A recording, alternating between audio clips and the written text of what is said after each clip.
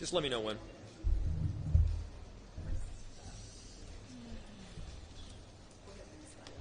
Good? Yeah.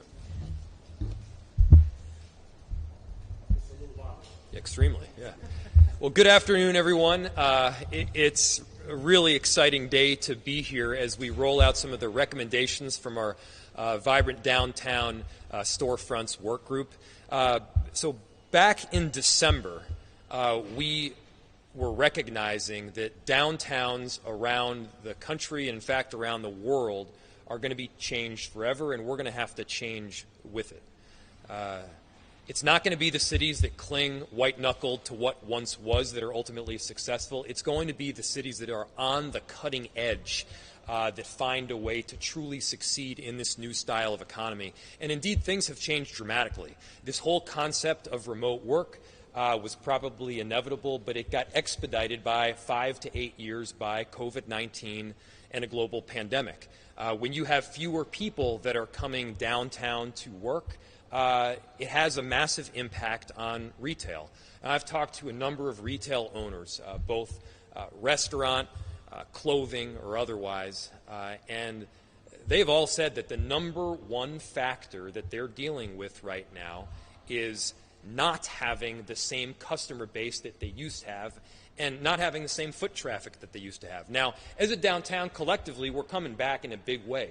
Hovering between 65 and 70% occupancy is a really great step. I anticipate that we will get up to 80 to 85% occupancy, but there's no city in the entire world that will see us back at those 100% levels, and so inevitably we're going to have to change.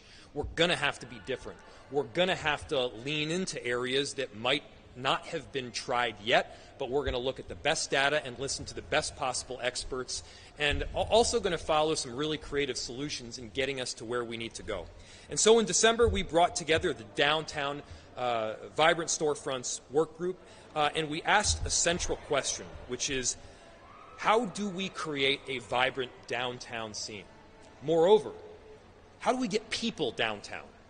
Not just to work, but to have a great time, to live, to create that kind of playground city that so many cities around the country are now trying to reimagine. Things are going to change dramatically, and we want to change with them.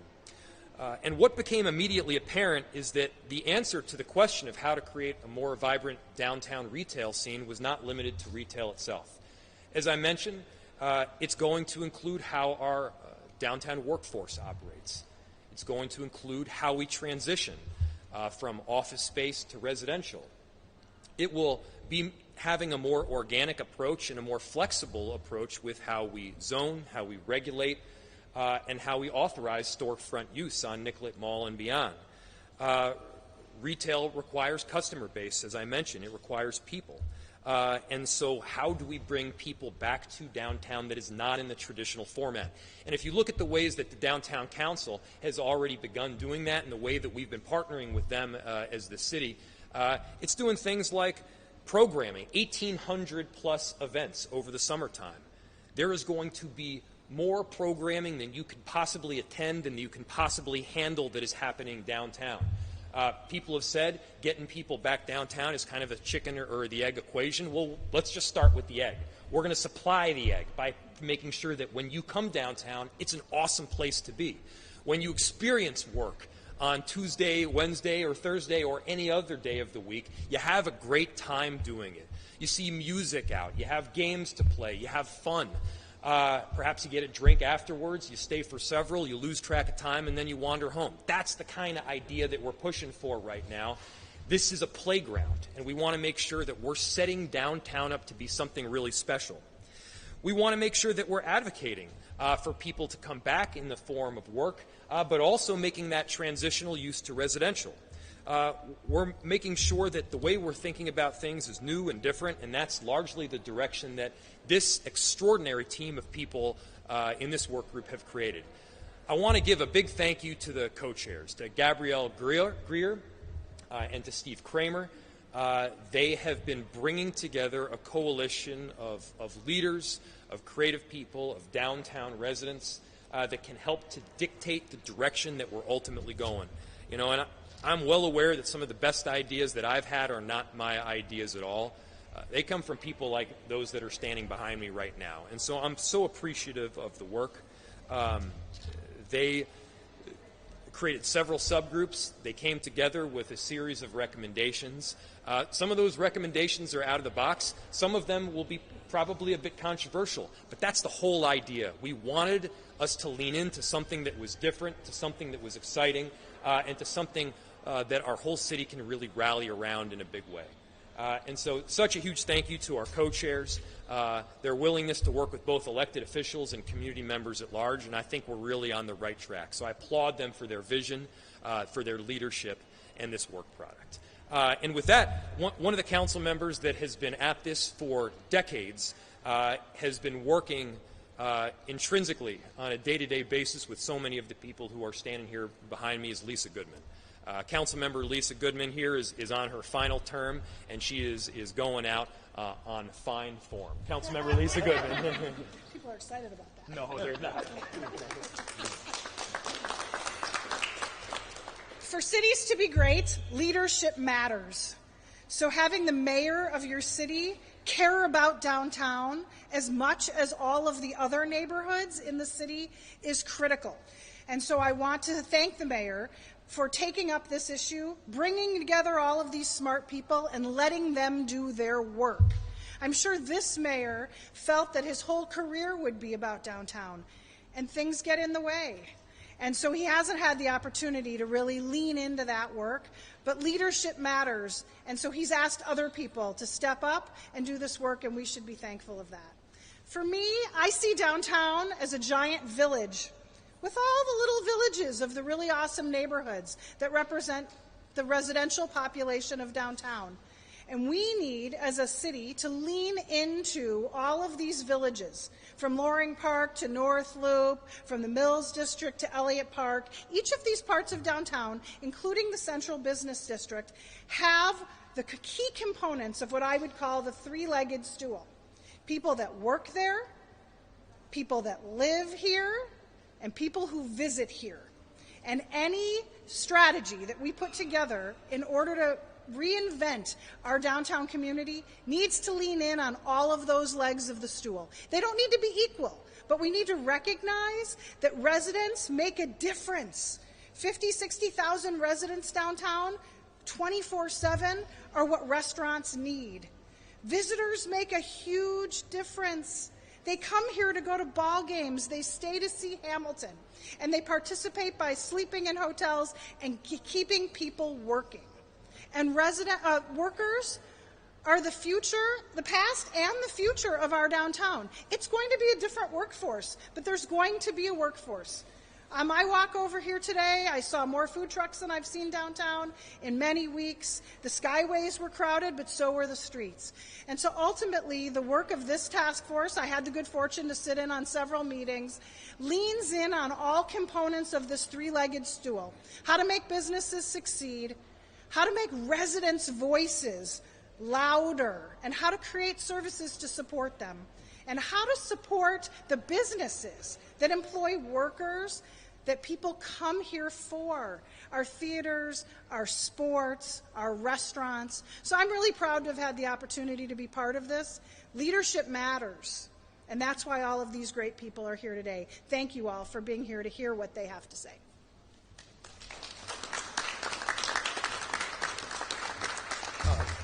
Thank you, Councilmember Goodman, for your leadership on this particular issue and so many others. Next up, Councilmember Michael Rainville, who has a long history in making sure that downtown sees its fullest and finest days. He has worked for Minneapolis. He worked in the tourism industry. In fact, I think he worked as a hotel worker himself for quite a while. So please, Councilmember Michael Rainville. Thank you. Thank you, Mayor. This is a lot better job than washing dishes at the Sheraton Ritz Hotel, I'll tell you that. But I want to thank you for your leadership, Mayor Frey, and thank you, Gabrielle and Steve. And Gabrielle, by the way, that's a stunning top. You look like you went downtown today. But what excites me so much is this shows the commitment to change by the city of Minneapolis, by both its staff and its electeds, that downtown will be different, And we are committed to helping facilitate that change, whether it's in the warehouse business district, the central business district. We are going to bring Minneapolis back. Today is just an example of that. I also want to emphasize that downtown Minneapolis is not only the economic engine of the Third Ward, it's the economic engine of Minneapolis, of the state of Minnesota, and really the upper Midwest region. That is where the tax dollars are created, and that is where the jobs are created. It is so important to bring downtown back, and we are doing that, and that's what this report shows. On a very personal note, I love the phrase about studying Nicollet Mall. I can imagine a day where Nicollet Mall is a pedestrian-only zone. Imagine what that'll do to downtown Minneapolis. It's controversial, as the mayor has said, but we have to look at that. We have to study it. I think it can be done. Thank you. Thank you, Council Member Rainville, and you're exactly right. We can get these big visions done. Next is one of our two co-chairs, Gabrielle Grier, who has been not just advocating for what a future of downtown could look like, but really challenging us to think outside and beyond the box. She's razor sharp. Co-chair Gabrielle Grier. All right, good afternoon, everybody. As everyone has said so far, it's been absolutely wonderful to be a part of the work group, to be able to chair this with Steve Cramer.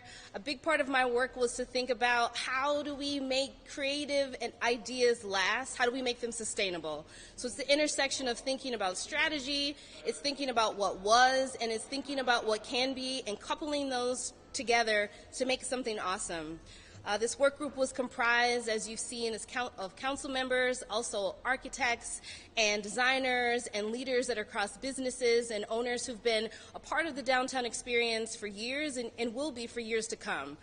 I'm most excited about thinking about the intersection of arts and culture and how phenomenal that can be in changing the landscape of downtown, and how that gets people excited, both people that are residents but also people that come here. Can there be a cultural aesthetic that can be specific to downtown that people will want to come and experience and be a part of? That is our goal, and that is our commitment. So really excited to see the fruition of these recommendations, and look forward to continuing to be a part of this alongside of others here at the city and other people that were part of the work group. Thank you.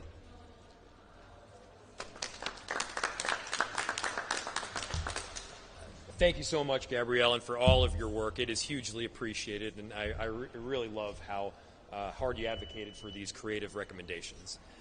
Next up is Steve Cramer, the head of the Downtown Council. He is someone who immediately stepped up when we wanted to pull this group of talented people together. He helped take the reins, and I think the product is really extraordinary. Steve. Well, thank you, Mayor Frey, for pulling this group together, and Gabrielle, it was a pleasure to work with you and all of the working group members, many of whom are here, and the staff, including our consultant, Peter Brown. They did a wonderful job. And as others have said, our retail past, multiple department stores really being a regional shopping destination is not our future. But it doesn't need to be our future. Downtown has really evolved since those days into a center of commerce. 7 Fortune 1000 companies headquartered here, major sports and entertainment venues, great restaurants, a thriving boutique retail environment in North Loop, just ask Dana Swindler from Martin Patrick, growing residential population. So we have, as the mayor said, we have a lot going for us, even after these last hard 3 years. So as we confront this challenge of vacant storefronts, and I'll just parrot Gabrielle's point, we have the opportunity to build a unique experiential downtown that reflects our strengths as a community.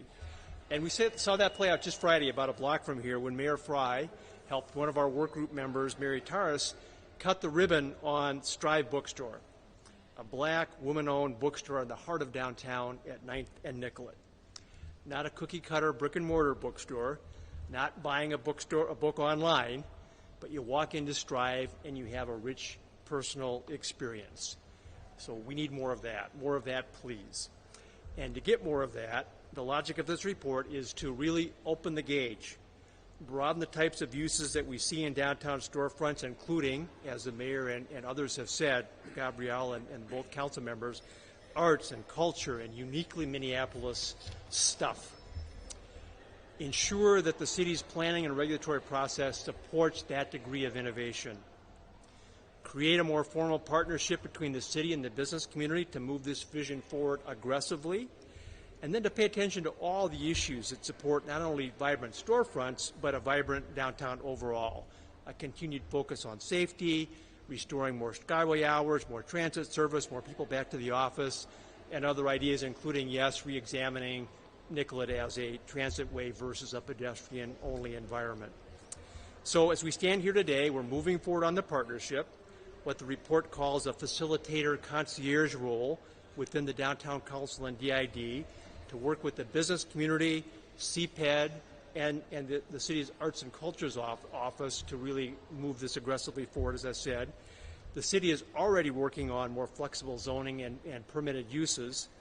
We're working with owners to incentivize the use of available space in ways that the report calls for. I know there was a meeting today with our colleagues at BOMA and the big building owners and managers, and we also have a model for how this can work through our Chameleon Shops program that can be a platform for even broader uses. And then finally, don't boil the ocean all at once. Kind of focus on key areas, including the warehouse district, along with some of the core blocks of Nicollet, which I know the mayor is going to be kind of walking along here after the press event. So I think we have an actionable plan that will move the dial, and it's been a pleasure to be part of this process. Thanks. Thank you, Steve. And next we've got our interim director of CPED. He's been doing an incredible job, Eric Hansen. Thank you, Mayor. The city is coming back from the pandemic and the unrest from the murder of George Floyd. And that is evident here in downtown. As you've heard, there's a lot of activity happening here, but we could be much stronger. And so the mayor has asked the Department of Community Planning and Economic Development to put some of these recommendations into actions. And the first immediate step we are going to do is put together a work team that will be led by our planning director, Meg McMahon. And that team will have cross-disciplines across the city to help folks who want to make investments, open businesses, plan events in downtown to work with us. The Department of CPED, along with the city, has been growing a more business-friendly culture, and we are open for business, and we look forward to working with the Downtown Council and the DID as we implement this, as we have been forever. So get to know us downtown. We're ready for your investments, and we thank you.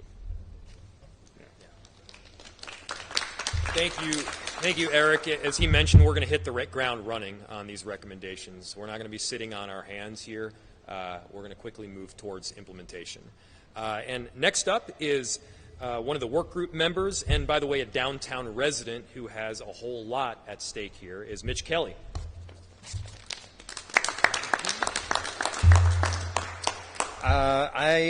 Mitch Kelly. I live and work downtown. I'm VP of a creative agency called The Engine is Red. I was on the Vibrant Downtown Storefronts Workgroup, or as I like to refer to it, VDSWG. Kind of rolls off the tongue. First off, I want to say that it's been a genuine pleasure having worked aside my much greater esteemed workgroup members. I'm a big fan of downtown Minneapolis. I really don't leave downtown that much. I'm almost exclusively always downtown. And so I've spent most of my adult life living, working, and playing downtown. I'm truly invested and committed to see downtown be as robust and vibrant as possible. While every major city in the nation is experiencing similar challenges, I sincerely believe that we have an unfair advantage. That being the solid foundation of downtown housing, world-class theater, multiple professional sports arenas, iconic music venues, incredible chefs and restaurants, cultural diversity, and one-of-a-kind annual celebrations. But there are some gaps to fill. Working through public safety perceptions while continuing in the decline in downtown crime, getting workforce back in the office more often and consistently, extended and unified skyways, and we have our work cut out for us. All too real challenges, issues, and roadblocks have been identified, and strategic initiatives and ideas will be put to test, with metrics of success in place. What's more, all of our necessary players are engaged and have the success and vibrancy of our downtown at the forefront and held at the utmost importance. knowing what got us from point A to point B may not be the same that what takes us to the next level. As our downtown residential population continues to grow, for those of us who live downtown, it's more than just the sum of our parts. It's a neighborhood in the heart of one of the greatest cities in the country and the most uniquely Minnesotan city, Minneapolis.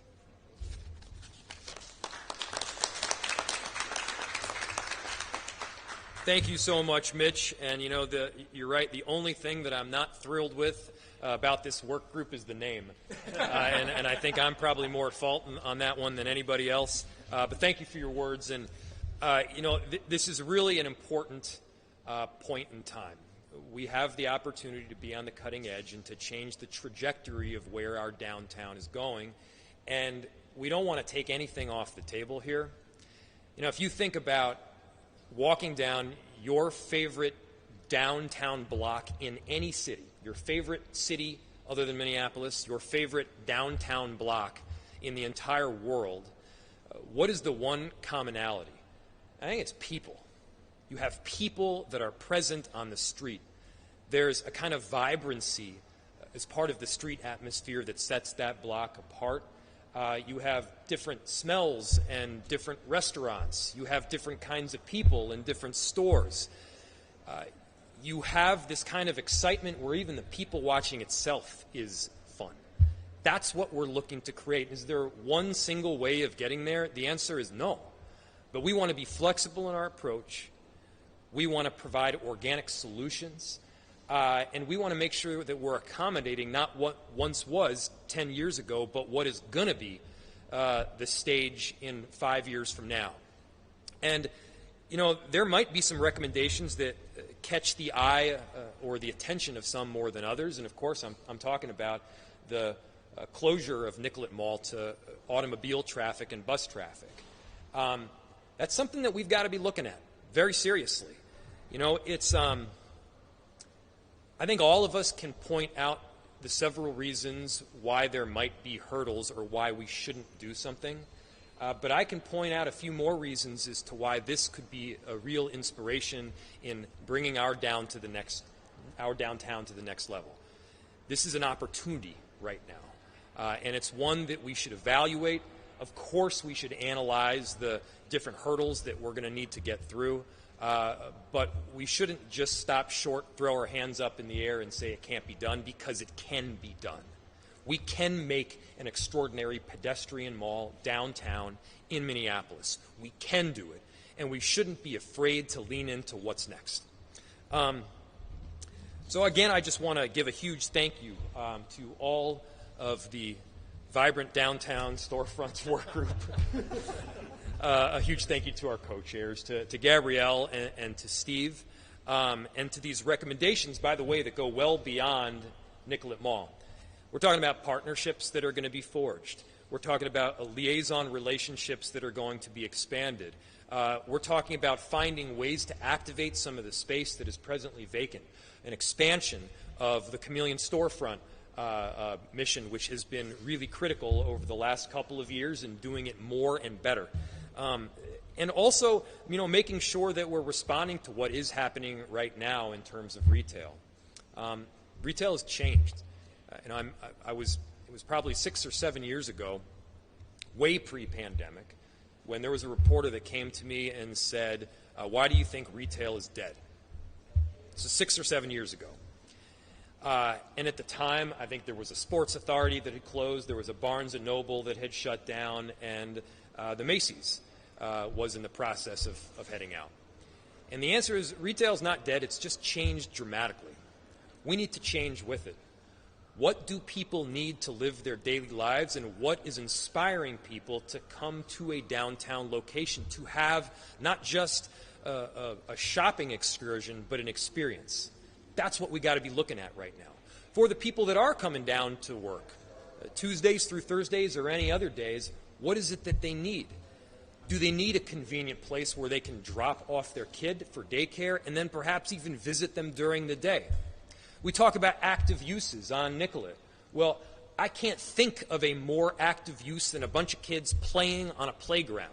My daughter, Frida, is at a downtown location.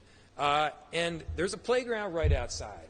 There's nothing that uplifts people like that. And by the way, it's super convenient for me as someone who works downtown and lives just across the river from it. So we're looking into what's next here. We're leaning into what's next. And I think the future is really bright because we're already beginning to implement some of these recommendations. So thank you for joining. And with that, I'll answer any questions that you might have. Mayor, we're within the last decade of a rebuild of Nicollet Mall, and there are other revitalization projects that have taken place downtown. I'm just curious if you can contrast, like, that rebuild came with a lot of promises that this is going to revitalize the area and stuff. Just like, how would you contrast what is envisioned here with, like, that, for example, the last Nicollet Mall projects? Sure. It's a great question. So I was part of the last rebuild. And as part of the last rebuild, one, it was improving the pedestrian atmosphere. Two, it was literally changing up and improving the electric and the pipes in the street, which was a massive undertaking.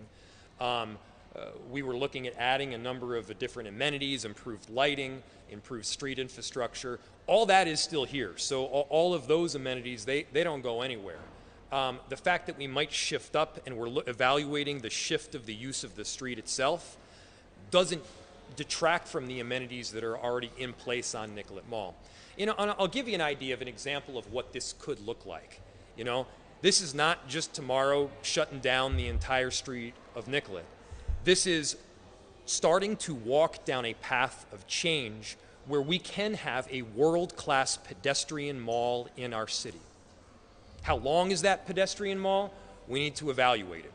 How the bus traffic still continues to function to make sure that there aren't extensive queues that go beyond an intersection, we need to evaluate it. Where exactly the bus stops are and how they change, all that needs to be evaluated. But I don't think we shouldn't be just saying no to a massive vision just because there are hurdles. There's always hurdles when you push a massive vision. We're expecting that. And by the way, you also wouldn't do it all at once. Just after this, and I hesitate to even espouse too much because I want you to walk down the mall with me, I want to give you a little bit of a picture for what this could ultimately look like in the nearer term, in the short term. We might close portions of the street for a week or 2 weeks at a time to experiment as to what this could ultimately look like and how it could function or how it doesn't work at all. We're not going to continue to march down a path that's totally non-functional. That being said, this is a time to experiment. This is a time to be brave because I think the city deserves it. Are you making housing like one of the pillars of your administration? What sort of role do you see potentially for more housing in downtown, but it potentially involves some of the unused office space? Yes, absolutely. And let me explain how and why. This is a critical part of it. And just a couple of days ago, I was at the United States Conference of Mayors giving a talk on the exact topic of transition from commercial to residential, specifically in downtowns. If you look around the country and even around our city at different neighborhoods and you see those areas that are successful and those that are struggling, the ones that are successful have a beautiful diversity of use, which, by the way, is highlighted in this report that was produced by this task force. When I ran for office for city council, and then when I took office, one of the big pitches for North Loop was we wanted all of it together. We wanted to move away from this zoning idea where you put all the residential over here, the commercial over there, the retail here, the light industrial over there, the entertainment over in another location. We said all of it together. And when you have a beautiful diversity of use, you get a beautiful diversity of people doing different jobs from different backgrounds. You have somebody working the night shift. You have somebody else who's pushing a stroller. Someone else is heading out to the bar on a date. Someone else going for a run. When you have that beautiful diversity of occupation and people, you also have an outflow of people through all times of the day and night. Safety is improved, street life is improved, and the vibrancy of a neighborhood is improved. Now, let's be real. That style that we pushed in North Loop does not exist in the core of the city. Why? Because the vast majority of the use has been, over time, devoted to commercial. That's part of what needs to change. there is still a huge demand for commercial, and there will continue to be. There will always be a huge demand for office space. In fact, just earlier today, I did a ribbon cutting over at Kitzer and Rochelle, which is an employment law firm that is making sure to locate their space downtown. But the use is not limited to office. And in the work that we have already done through CPED and the analyses of cities that we've seen around the country, they're finding buildings that are more ripe for a transition. What is clear is that buildings, for the most part, that have gone up post-World War II are not as ripe for that transition. Why? Because they're glass, you can't open the window, the floor plate doesn't necessarily work for someone to live there, and if you're living somewhere, you usually want the ability to get a little bit of air and maybe a glass of water. I mean, that's just kind of common sense. That's a whole lot harder in some of the newer building stock. Now, if you look at the building stock before World War II, you can open the window. It's easier to resituate the plumbing and the electrical so that you can move the dynamic from having a bunch of toilets in one room, a traditional office-style bathroom, to a toilet in every room. But we're not limited to just looking at that. We could also have more of a single-room occupancy style or a dormitory-style use, which could be more affordable, which could be for people of lower incomes. That could work. Is it going to be totally different from anything that we've ever done before? Absolutely, it will. But again, everything's totally different right now, and we've got to lean into that. Part of getting the vibrancy on the street is not just getting people that work here, but people who live here, people who are here throughout the day and perhaps the night as well. That's what the residential piece is about, but it's not limited to that. You know, like I mentioned, we want people bringing their kids here to go to daycare. We want activity on the street that's devoted to bars and restaurants. We want new local entrepreneurs that are getting their first stop through the Chameleon program. It's a great opportunity right now. We got to look at it. Yes? One of the things you said was you want to make downtown a playground. And a lot of people who live downtown probably don't like to hear that because they feel like downtown already caters too much to suburban people where they don't feel like downtown works for them. It's a lot of skyway restaurants that aren't open during the nights or the weekends, the bars that are for suburbanites. So what does this plan do for the people who live downtown who want retail that caters more to them? Well, so first, when I used that phrase, just need to be clear that it wasn't my own. This is a concept that mayors and planners are talking about nationwide, not just for downtowns, but on cities as a whole and what they can become. Downtown as a playground, a city as a playground, does not just mean a bunch of bars and restaurants for people coming in from Anoka. Of course, we welcome people from Anoka. But in addition to that, a playground means a place where you feel comfortable, you can feel safe, and you can have a whole lot of fun. That could mean extending how parades function. That could mean bringing back Holidazzle. That could mean showing up Nicollet Mall, and this is a big thing. You know, I believe that Nicollet Mall could be the best winter street in the entire world. We could have the most amazing light display. We can have all these unique Christmas trees that literally line the mall itself, all the way down. Every one of them perhaps decorated by a different background or culture. Every one of them set up so that, you know, young kids can come downtown with their parents and have their own Christmas tree that they're decorating along with some of their friends. Like, there's some big opportunities here to really lean into this style of play and what downtown can become. Now, in addition to playing, people live here, people work here, and so of course you need to accommodate that as well, and that's what I'm talking about in shifting how we normally think of retail. It is convenient for people to be able to drop their kids, or their dog for that matter, off at a daycare. It's convenient to have amenities where you can run down stairs and real quick grab a tube of toothpaste. Maybe that doesn't mean that it's going to be the massive square footage kind of thing of the past, where you have these 10 or 20,000 square foot, CVS's or Walgreens. Maybe it's a much more limited a footprint that allows you just to get those basic amenities that I think would help anybody, whether you're living or you're working here. So, I mean, in some cases I was talking about literally you could have a playground, but the other phrase, again, was not mine. What does it have to take to close out I'll get you one mall? Like, couldn't you just do that? Or do you have to get the county to sign off on some of the cross streets, or Met Council? Like, what's stopping you from doing it tomorrow? Well, as with anything at City Hall, there are externalities and repercussions to any decision, and so it's not like we can just do something and make a decision unilaterally, wholesale, and close off the streets tomorrow. We have buses that run down Nicollet Mall, and so we need to make sure that the lines work for Metro Transit, for the people that take the bus, and for queuing in terms of the bus not blocking the intersection itself. Yeah, that's going to take some work. There are, repercussions in terms. There are things to consider, I should say, as far as how much of the mall is closed down and where it's closed down. You don't want a pedestrian mall that isn't activated with both people and programming. It needs to be activated with people, and it needs to be activated with programming, and we need to plan ahead to make sure that it's done really well. Yeah, that'll take some time. Now, doing it on a more temporary basis is not going to take as much time.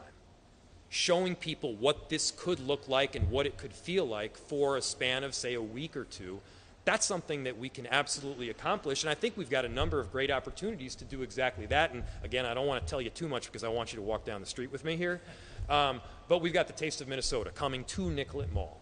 It previously wasn't even in our city. For a while there, it wasn't existing in any form. We're bringing it right to Nicollet Mall, and we can show people what the street can feel like if it's geared entirely towards pedestrians. You can answer more questions on the walking tour. I can. Does anyone have any other questions for any other group members? Yeah. Any of the group members have anything to add at all? I'd love to have you. No? All right. Take a walk with me. I'll give you a rundown of what it would look like. Yeah. Thank you. Thanks, Mitch.